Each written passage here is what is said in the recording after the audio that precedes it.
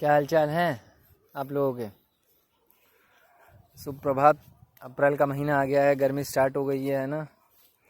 और घर में अब गर्मी बर्दाश्त नहीं हो रही है और गेहूं के काटने का समय सीज़न हो गया है। और ये हम फ़िलहाल गेहूं के खेत में हैं। अपने गेहूं के खेत में आया हुआ हूँ।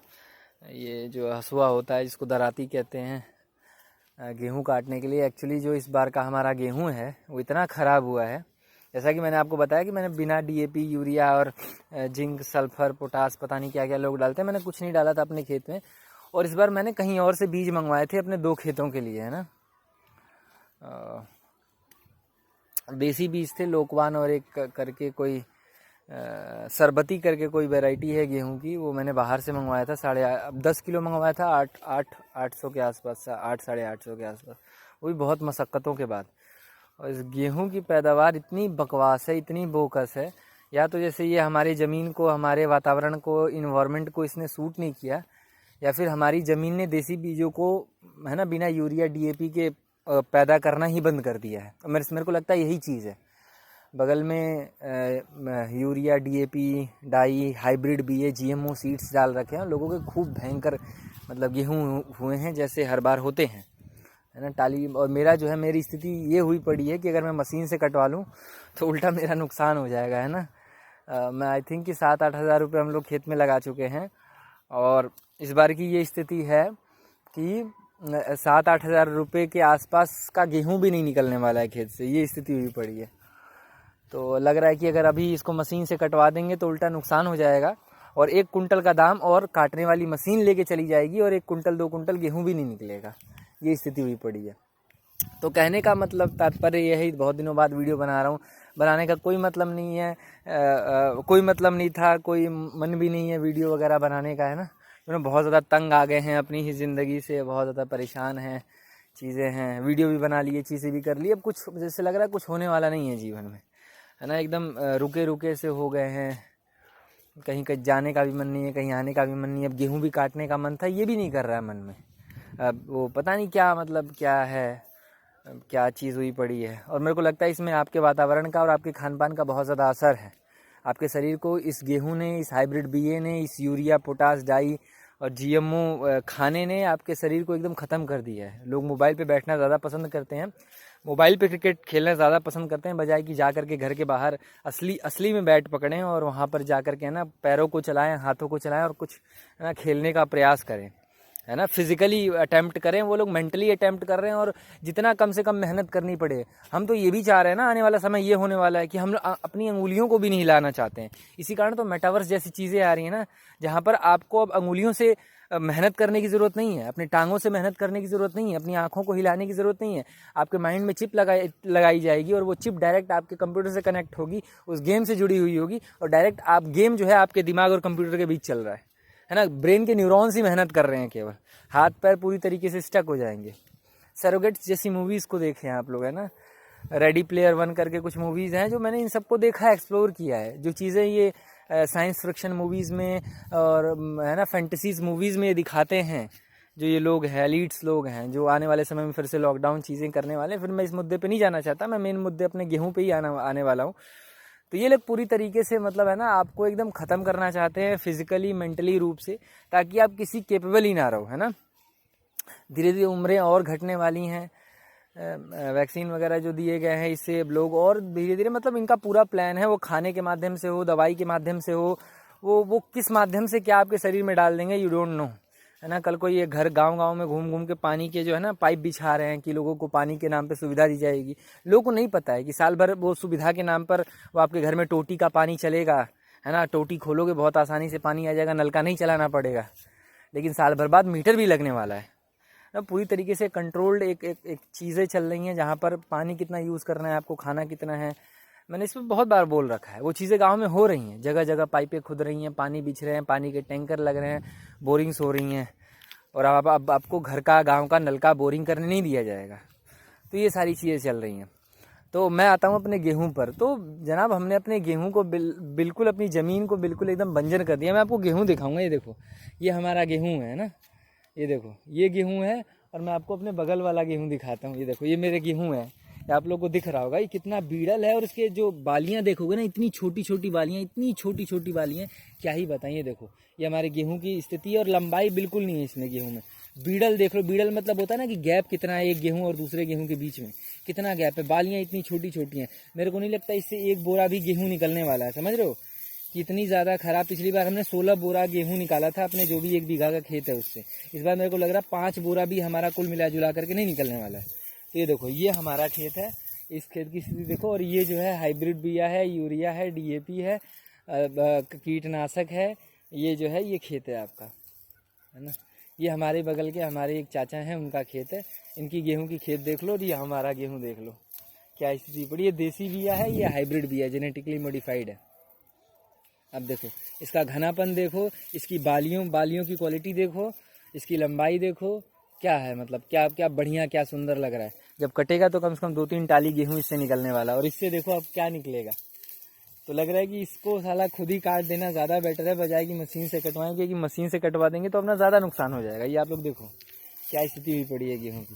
तो हमारी ज़मीन ने देसी बीजों को पैदा करना ही बंद कर दिया है, और आजकल तो गेहूँ और जो भी बीज के वैरायटीज़ आ रही हैं जो जेनेटिकली मॉडिफाइड रह रही हैं, उनके भीतर ही पहले से ही वो ऐसा मॉडिफिकेशन किया जाता है कि जब तक आप उसको वो यूरिया, वो DAP, वो कीटनाशक नहीं डालोगे, है ना, वो पैदा ही नहीं होंगे।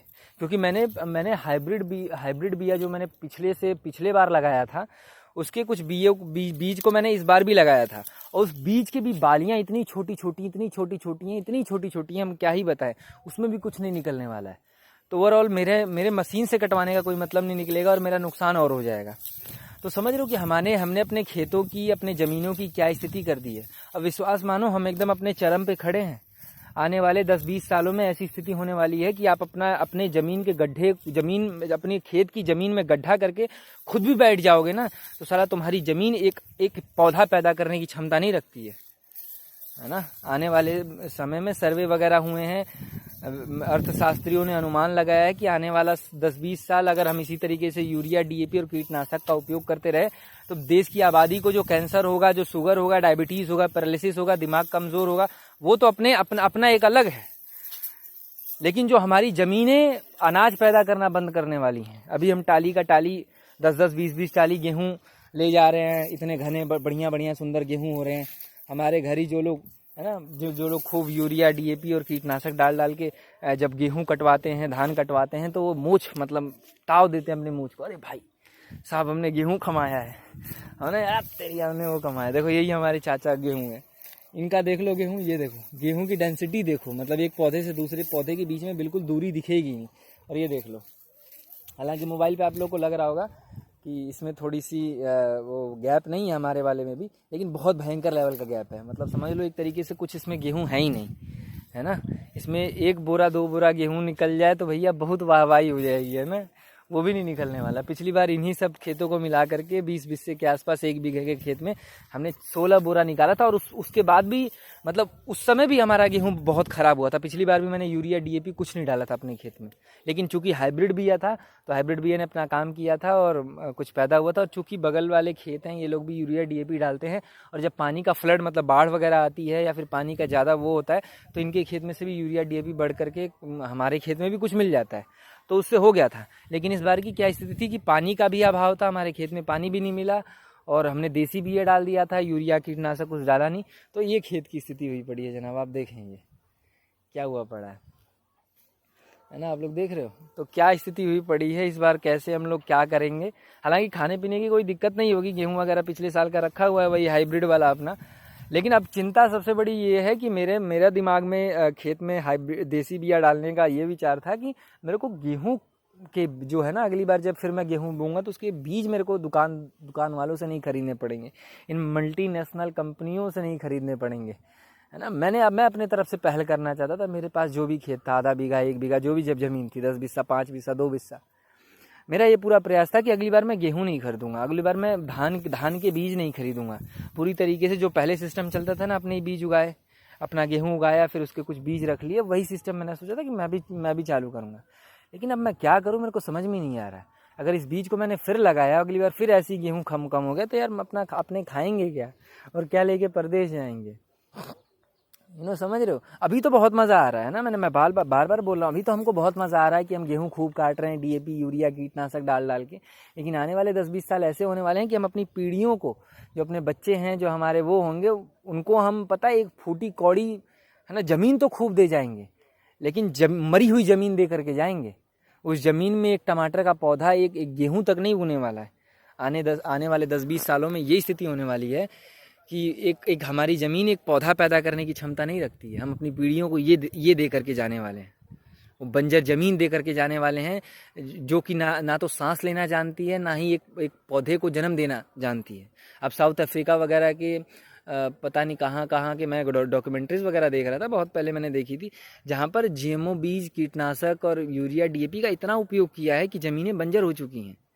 अब वो ज़मीन केवल कपास पैदा करती है, वो ज़मीन केवल कुछ चुनिंदा गेहूँ और अनाज पैदा करती है। इन मल्टीनेशनल कंपनियों ने इस तरीके से षड्यंत्र खेला है। आज आपके पास गेहूँ नहीं है, गेहूँ का बीज नहीं है, टमाटर का बीज नहीं है, तो आपके पास ना गेहूँ का बीज है, ना टमाटर का बीज है, ना चावल का बीज है, किसी चीज़ का बीज नहीं है आपके पास। अब बीज के नाम पर आप दुकान पे भी जाते हो तो हाइब्रिड बीज खरीद लाते हो। करेले का हाइब्रिड बीज चाहिए क्योंकि उसमें कीटनाशक नहीं लगते हैं, उसमें कीटाणु नहीं लगते हैं, वो बहुत अच्छा होता है, बहुत चमकता है, चीज़ें होती हैं, है ना। लेकिन आपको नहीं पता उसका लॉन्ग टर्म जो साइड इफ़ेक्ट होने वाला है, वो ज़मीन के रूप में हो, हमारे वातावरण पे हो, हमारी पृथ्वी पे हो, हम पर हो। यू डोंट नो उसका भविष्य कितना खतरनाक है, यू डोंट नो। आप अपने बच्चे को बच्चे की थाली में आप गेहूँ खिला रहे हो, सुंदर सुंदर रोटियाँ खिला रहे हो, या फिर उसमें जहर डाल के खिला रहे हो, यू डोंट नो। अब सोचो, जिस बीज को जेनेटिकली मॉडिफाइड करके उसके भीतर कुछ ऐसी चीज़ें डाल दी गई हैं जो जब वो बीज पैदा होगा तो उस पर कीटाणु नहीं लगेंगे, यानी उसमें जो है वो एंटी बैक्टीरियल जो गुण होता है वो पहले से ही डाल दिया गया है। तो जहर मतलब एक चीज़ को, एक कीटाणु को मारने के लिए जहर पहले से ही डाल दिया गया, तो वो जहर जब आप खाओगे तो वो जहर भी तो आपके शरीर में जाएगा ना। वो कीटाणु को मार सकता है तो आपके शरीर की कुछ कोशिकाओं को नहीं मार सकता है। जब कुछ कोशिकाओं को मार सकता है, उनको डेड कर सकता है, तो आपके शरीर में कैंसर सेल्स पैदा नहीं कर सकते। हज़ारों ऐसे, लाखों ऐसे केसेस हैं जो कि जीएमओ बीज, अनाज, दवाइयाँ खाने से आपके शरीर में कैंसर पैदा हुआ है, और उसका कोई प्रूफ नहीं है, कोई प्रमाण नहीं है, कोई किसी के खिलाफ बोलता नहीं है, कोई कंपनियों के खिलाफ जाता नहीं है। कि कल को आप अगर पैरासीटामोल खा करके अगर मर भी जाते हो तो फिर मतलब लोग उस पर वो भी नहीं करते हैं, और जाओगे भी तो कोई सुनवाई भी नहीं है। अब ये जो टीका आप लोगों ने लिया है बजरंगबली का, इससे आने वाले समय में 1.5 सालों में आपके शरीर के साथ जो होने वाला है, मैं बार बार कहता हूँ, लोग मेरे ऊपर हंसते हैं। आज मैंने देसी बिया लगाया, लोग मेरे ऊपर हंस रहे हैं, क्या बोल रखा है वे साले कमीने, क्या खाएगा। मेरे पर लोग हंस रहे हैं लिटरली। जब मैं वैक्सीन चीज़ों का विरोध करता था, आज मैं आज मैं पता 5 दिन से, अभी पिछले तीन दिन पहले मैं 5-7 दिनों से इतने भयंकर लेवल पे बीमार था, हम क्या ही कहें आपको। सर एकदम मतलब अलग ही लेवल पे फट रहा था, धूप लग गई थी, तबीयत एकदम ख़राब थी, लेकिन एक अंग्रेजी दवा का एक गोली तक हमने नहीं लिया। हम कराह रहे थे, सारे मुंह से आवाज़ निकल रहा था, है ना। शरीर इतना दर्द कर रहा था, बुखार से इतने मरे जा रहे थे। घर वाले बोल रहे थे बेटा मर जाओगे, जाके दवाई ले लो अंग्रेजी, जाके ये दवाई ले लो। हमने कहा नहीं जाएंगे। हमें पता है कि हमारे शरीर का मैकेनिज्म काम किस। अब पूरी तरीके से कॉन्फिडेंट था मैं, कोई तनाव नहीं था, कोई टेंशन नहीं था। बेशक से शरीर दर्द में था, लेकिन मतलब कोई दवा में वो आवश्यकता नहीं महसूस कर रहा था, है ना। और हाँ, दवा की आवश्यकता महसूस ही तो हमने पपीते का पत्ता था हमारे आसपास, जो मैंने अभी तक रिसर्चेस किए हैं, उन सारे प्रयोगों कर करके मैं ठीक हो गया, एकदम चंगा हो गया। अब पता है मेरे को बुखार होगा तो बहुत मतलब, है ना, लिटरली बहुत संघर्ष करने के बाद मेरा शरीर मेरे भीतर बुखार जाने देगा, है ना। तो ये होता है नेचुरल तरीके से आप जो है ना ठीक हुए आप, है ना। शरीर का एक मैकेनिज्म होता है, शरीर में कुछ रोग आते हैं, वायरल इन्फेक्शन, बैक्टीरिया आते हैं, और एक निश्चित समय तक रहते हैं। आपका शरीर उसके खिलाफ एंटीबॉडीज़ बनाता है, वाइट ब्लड सेल्स बनाता है, और जब वाइट ब्लड सेल्स बन जाते हैं, उसका वो जो है ना वो सैंपल वो अपने भीतर इकट्ठा कर लेता है, उस बीमारी को भगा देता है। अब फिर कभी वो बीमारी, कभी वो चीज़, वो धूप लगने से जो बीमारी आती है, फिर वो कभी भविष्य में आपके शरीर में आएगी, तो आपको कोई नुकसान नहीं होगा। तो ये सारी बातें हैं जो मेरे को करनी थी, है ना। तो जनाब ये स्थिति हुई पड़ी है, आज हमारे पास गेहूँ खाने को नहीं है ना। बट कोई दिक्कत नहीं है, इससे कुछ ना कुछ तो निकल ही जाएगा। बट ये भी है कि जो भी निकलेगा ना वो बहुत शुद्ध होगा, है ना। कोई बिना केमिकल के, बिना यूरिया के। और ये चूँकि लोकवान है, इससे अगर आधा एक बोरा गेहूँ भी निकल जाएगा, कुछ यहाँ से निकल जाएगा, कुछ वहाँ से निकल जाएगा, तो आई थिंक कि खाने लायक कुछ गेहूँ मिल जाएगा हमको, और शुद्ध मिलेगा। सात्विक मिलेगा, है ना, कम मिले सही मिले। अब पता इसमें क्या है कि लोग जो है इतना बो रखा है लोगों ने कि ये खाने से बहुत, है ना, ज़्यादा बो रखा है। तो ये लोग क्या करते हैं, मतलब खाने का मतलब समझ लो कि अगर ये लोग 1 हिस्सा खा रहे हैं तो 5 हिस्सा ये लोग बेचते हैं। लेकिन 5 हिस्सा बेच करके 5 साल बाद जब इनको कैंसर होगा और 5 लाख 50 लाख रुपए जब ये लोग अस्पतालों में फूकेंगे, तो इनकी सारी जीवन की कमाई, सारा संघर्ष खेत में लगाना और सारा मूछों पे ताव देना कि साला हम इतना गेहूं लेके आए थे, वो सारी गर्मी झड़ जाने वाली है। वो आई नो, मेरे को बहुत वेरी वेल पता है मेरे को। आज मैं जब GMO बीजों के बारे में लोगों को यहाँ पे बैठ के प्रवचन दे रहा था 10-15 मिनट का, कोई इंटरेस्टेड नहीं था। पिछले साल जब गेहूं धान कट रहे थे तो मैं बोल रहा था कि आज अपने किसान को नहीं पता है कि अपने 10 गेहूं देसी बीजों की वैरायटीज़ क्या क्या है, उनका नाम तक नहीं पता है। किसान अंधाधुंध खेत में अपने यूरिया, DAP और GMO बीज ला करके डाल रहा है, जब इसका घातक परिणाम जो होने वाला है इन फ्यूचर भविष्य में। आज खाने में कोई स्वाद नहीं है, खाने में कोई विटामिन और पोषक तत्व तो नहीं है। खाने के नाम पे केवल हम अपना पेट भर रहे हैं और हग रहे हैं और अपने शरीर में 50 बीमारियां पैदा कर रहे हैं। भोजन का मतलब होता है कि जो आपके शरीर में जाए, आपके शरीर का विकास करे, मस्तिष्क का विकास करे, आपके शरीर के 4 रोगों को दूर करे। वो भोजन ही क्या जो साला आपके शरीर में जाकर के कैंसर और शुगर और तमाम तरीके की 50 बीमारियां पैदा करे। मैं अपने ही शरीर को अस्वस्थ महसूस करता हूँ।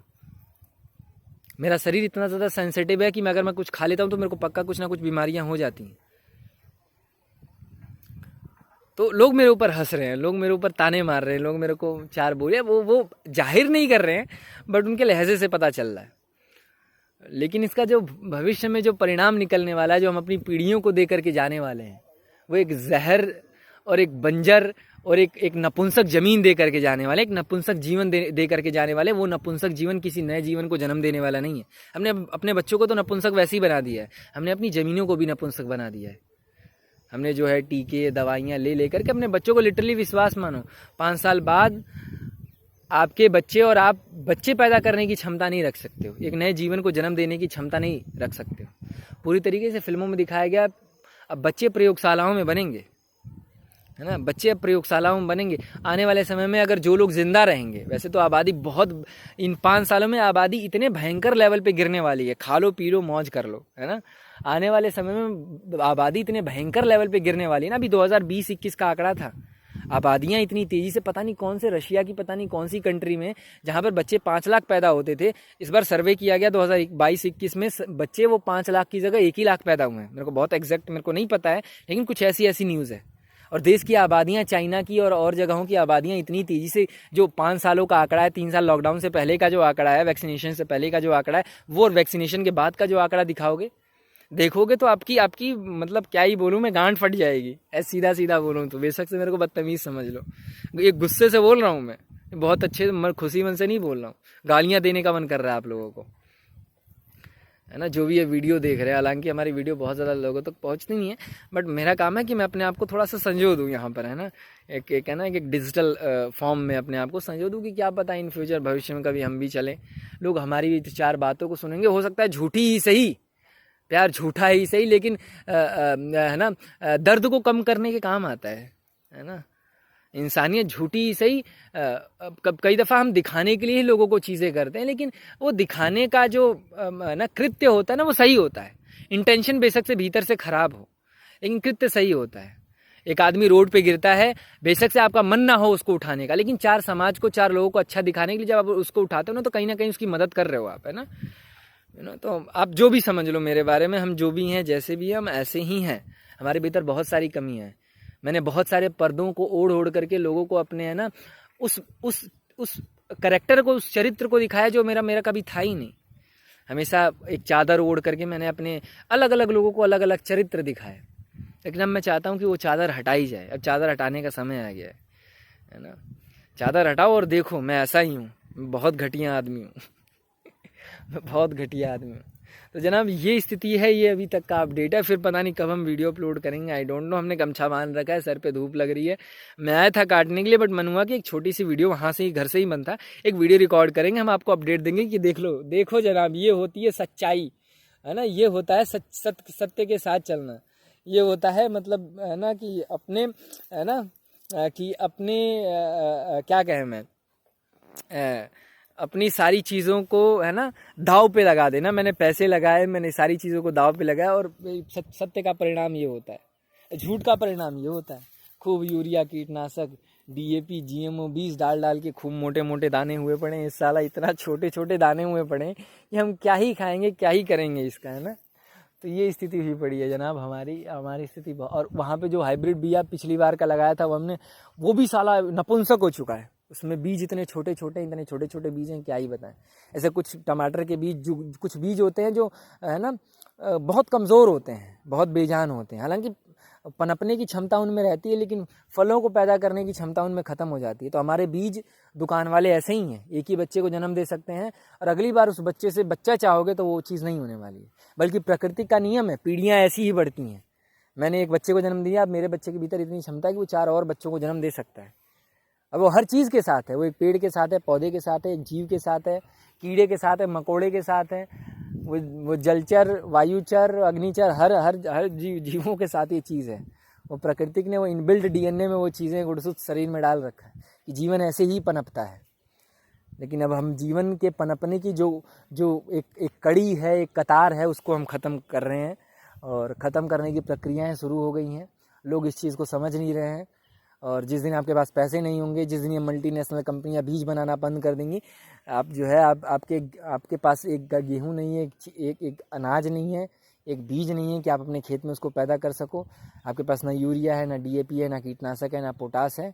आपने अपनी खेतों को, ज़मीनों को, अपने बच्चों को दवाइयाँ खिला करके, स्कूल भेज करके, दिमाग से, मस्तिष्क से, शरीर से, ज़मीन से, वातावरण से, हर तरीके से अपने आसपास के हर चीज़ को नपुंसक कर दिया है। अब हम इंसान ऐसे लोग हैं, जहाँ भी जाते हैं साला कचरा ही फैलाते हैं और हमने हर चीज़ों को दूषित कर दिया है। कुछ भी हमने खाने लायक, पीने लायक और है ना रहने लायक कुछ नहीं छोड़ा है। सारी चीज़ें हमने ख़राब कर दी हैं और उसका बहुत घातक परिणाम निकलने वाला है, जो कि आने वाले 10-20, बहुत ज़्यादा नहीं बोलूँगा, 10-20 सालों में, जैसे 4th इंडस्ट्रियल रेवोल्यूशन इन 4-5 सालों में आने वाला है, जहाँ पर करोड़ों लोग बेरोजगार हो जाएंगे।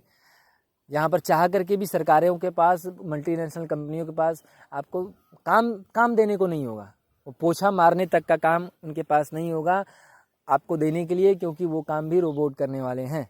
तो ये जो बदलाव होने वाले हैं, जैसे मोबाइल का जो बदलाव 2010 के बाद जो 5 सालों में, 4 सालों में जितने भयंकर लेवल पे हुआ है ना, और जो 4th इंडस्ट्रियल रेवोल्यूशन आने वाला, जो टेक्नोलॉजी का जो जीवन का विकास होता है वो बहुत तेज़ी के साथ होता है। अभी तक तो हम यूरिया DAP डाल करके खूब अनाज पैदा कर रहे थे 30-40 साल से।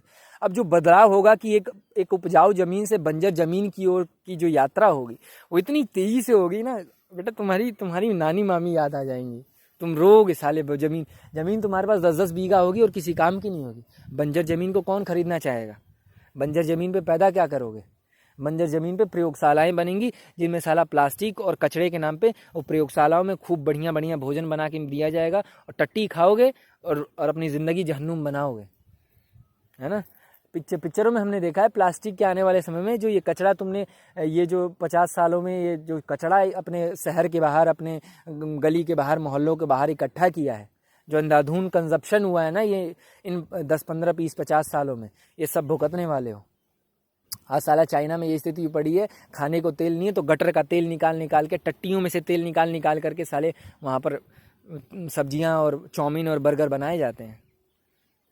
और कचड़ों का खाना निकाल करके उसको धो करके उसको चाइनीज़ लोग, और जो गरीब लोग हैं, जो चाइना का एक गरीब तबका है, गरीब तबके के लोग हैं जो चाइना में करीब मेरे को लगता है जो 100 करोड़ के आसपास हैं, वो इसी तरीके का भोजन कर रहे हैं। तो आज आपको शुद्ध भोजन मिल रहा है तो ये मत समझो कि कल भी मिलेगा। कितने भी पैसे वाले हो, कल को अगर खेतों में बीज नहीं होंगे, अनाज नहीं होगा, किसानों के पास वो नहीं होगा ना, तो तुम घरों में बैठ करके साले, जो बड़े बड़े लोग हैं जो ठाठ से बैठ के खाते हैं, तुम पैसा फेंकोगे, 1 रुपया नहीं मिलने, एक अनाज नहीं मिलने वाला तुमको शुद्ध, एक सब्जी तक शुद्ध नहीं मिलने वाली है। कल को लॉकडाउन लग गए थे, तुम खाक साले अमीर होगे, लेकिन रोड पे जा करके तुम एक रेस्टोरेंट में बैठने की औकात नहीं रखते हो। ये होता है पावर, ये होता है कंट्रोल, है ना। इस तरीके से चलती है सोसाइटी। तुम्हें नहीं पता है सोसाइटी किस तरीके से कुछ पूंजीपति मिल करके देश को, अब कुछ पूंजीपति, कुछ साले 100, 150, 200 लोगों ने मिल करके इन 3 सालों में देश को लॉकडाउन में डाल करके सबको टीके लगा दिए हैं, सबको लातों से मारा है, सबको घरों से बाहर नहीं निकलने दिया है, बेरोजगारी, आर्थिक मंदी और जो और देश का नुकसान किया वो अलग लेवल। कुछ चुनिंदा 150 लोगों ने, तुम विश्वास नहीं करोगे, तुम बोलोगे साला क्या बात कर रहा है तू, लेकिन हमने जो एक डीप में जा कर के इन चीज़ों पे काम किया, इसका परिणाम तुम भुगतोगे। अभी जब फिर लॉकडाउन लगेंगे, फिर जब एक भोजन की जो मंदी आने वाली है, जो आर्थिक मंदी आने वाली है, सदी की सबसे बड़ी मंदी आने वाली है। साले एक नमक को तरस जाओगे, एक नमक नहीं मिलेगा। तुम साले 10,000 रुपये एक नमक के पैकेट के लिए देने को तैयार होगे, तुमको एक नमक का पैकेट नहीं मिलेगा। तुम्हारी सारी कमाई, सारी जो पूंजी है, जो अमीर बन बन के घूमते हो, तुम्हारी गांड फटने वाली है। तुम विश्वास नहीं करोगे। जो देश दुनिया में चल रहा है तुम्हें नहीं पता है ना? जो देश दुनिया में चल रहा है तुम्हें नहीं पता है। समझ रहे हो? बुरा मत मानना मेरी बातों को, मैं बहुत ज़्यादा भरा हुआ हूँ चीज़ों से, है ना? बहुत ज़्यादा भरा हुआ चीज़ों को लेकर के। वो मेरी चीज़ें हैं, वो निकल जाती हैं। आज मेरे गांव का प्रधान काम नहीं कर रहा है, मैंने उसके खिलाफ RTI लिखी। जहाँ पर RTI भेजा था, वहाँ पे उसमें मैंने पूरे क्लॉज और पूरा जो है ना, उसको पूरा लिख के भेजा था कि साले अगर तेरे यहाँ जा रहा है, अगर गलत अधिकारी के पास पहुँच जाता है तो तेरी जिम्मेदारी बनती है संविधान के अनुसार कि तू उसको सही डिपार्टमेंट में पहुँचाए। लेकिन साले ने रिजेक्ट करके वो फॉर्म भेज दिया है। और जो भी रीज़न हो, क्या पता ये लोग आपस में मिल के वो काम करते हैं। इसे बताया जाता है कि जब एक व्यक्ति को एक राशन कार्ड पे 5 किलो अनाज दिया जाता है, तो उसमें से 1 किलो राशन जो कोटेदार होता है वो 1 किलो गेहूं चावल कम देता है। और उसी 1 किलो गेहूं चावल पे, एक व्यक्ति के राशन कार्ड पे जो 1 किलो गेहूं चावल कम होता है, जो 5 किलो मिलता है, उसमें पूरा SDM से लेकर के, कोटेदार से लेकर, पुलिस इंस्पेक्टर से लेकर के, खाद्यान्न विभाग से लेकर के सबकी जेबों में पैसा जाता है। समझ रहे हो? तो इस भयंकर लेवल की देश दुनिया में चीज़ें चल रही हैं। ये सारी बातें हैं जनाब, और बहुत हो गया। अब हम अपने इस गेहूं को काट लें। बारिश का मौसम है, कभी भी साले ये लोग डारपा का यूज़ करके, कभी लोग हार्प टेक्नोलॉजी का यूज़ करके फसलों को बर्बाद कर सकते हैं। We don't know. प्राकृतिक भी, जीवन भी अपने कंट्रोल में नहीं रह गया। जब मन करे तब ये लोग कुछ केमिकल को बादलों में छोड़ेंगे और तबाही हो जाएगी, बारिश हो जाएगी, फसलें बर्बाद हो जाएंगी, भूकंप आ जाएगा, पृथ्वी फट जाएगी, कुछ भी हो सकता है। तो जो भी तुम कहते हो भगवान राम ने बारिश करवाई है, अब वो समय गया। अब कुछ चुनिंदा लोग राम बन के बैठे हुए हैं, यू नो। उनके हाथ में हर चीज़ें हैं। वो जब चाहे फूड चेन को कंट्रोल कर सकते हैं, जब चाहे दवाइयों को कंट्रोल कर सकते हैं, जब चाहे तुम्हारी पानी में। अब कल को जो पानी की टंकियाँ बैठने वाली हैं गांव में, वो सारा कल को अगर तुमको फ्लोराइड और क्या नाम है, पानी साफ़ करने के नाम पे अगर उसमें कुछ जहर मिला करके पिला दे, तो पूरा गाँव साफ़ हो जाएगा और तुम कुछ बोलने के हकदार भी नहीं रहोगे। तुम जो पार्ले जी खा रहे हो, कल को सरकार, अगर ये जो एलिट्स लोग हैं जो बड़ी बड़ी कंपनियों को कंट्रोल करते हैं, जिनके हाथ में लगभग सभी कंपनियाँ हैं, कल को अगर तुम्हारे बिस्कुट में निकाल करके मिला करके कुछ खिला देते हैं, और पीछे वो लिखेंगे भी नहीं कि हम ये मिला के खिला रहे हैं, लेकिन तुम्हारी औकात नहीं है साला कि पीछे अपना पैकेट के रैपर के पीछे पढ़ करके और तब तुम उस चीज़ का कंजप्शन करो। तुम्हारे पास इतनी औकात नहीं है। उन्होंने तुम्हारे दिमाग को, तुम्हारे शरीर को पूरी तरीके से ख़त्म कर दिया है। सोचने समझने की क्षमता टीवी गानों ने एकदम एकदम एकदम चौपट कर दिया है। भोजन पानी ने तुम्हारे शरीर को, मस्तिष्क को एकदम बर्बाद कर दिया है।